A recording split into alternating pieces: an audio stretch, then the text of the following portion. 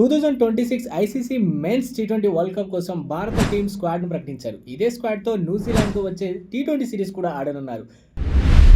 భారత మహిళల క్రికెట్ జట్టు శ్రీలంకతో జరుగుతున్న టీ20 సిరీస్లో మొదటి మ్యాచ్ను 8 వికెట్ల తేడాతో గెలిచింది. జెమిమా రోడ్రిగ్స్ అద్భుతమైన బ్యాటింగ్తో జట్టును విజయపథంలో నడిపింది.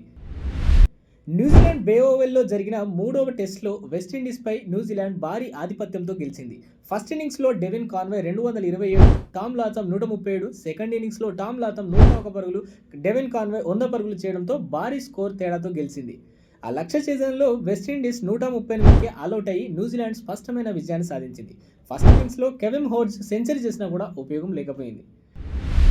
అండ్ అలాగే యాషెస్ 2025-26లో ఇంగ్లాండ్ వర్సెస్ ఆస్ట్రేలియా అడిలైడ్లో జరిగిన మూడో టెస్ట్ గెలిచి ఆసెస్కు 3-0 ఆధిక్యంతో వచ్చింది.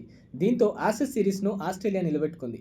Boxing Day test December 26 Melbourne cricket గ్రౌండ్లో ఆడుతున్న ఈ మ్యాచ్ ఆస్ట్రేలియాకు ఇప్పటికే ఆల్రెడీ సిరీస్ గెలవడంతో కెప్టెన్ ప్యాట్ కమిన్స్కు రెస్ట్ ఇచ్చే అవకాశం ఉంది. స్టీవ్ స్మిత్ జట్టుకు నాయకత్వం వహించే అవకాశాలు ఎక్కువగా ఉన్నాయి.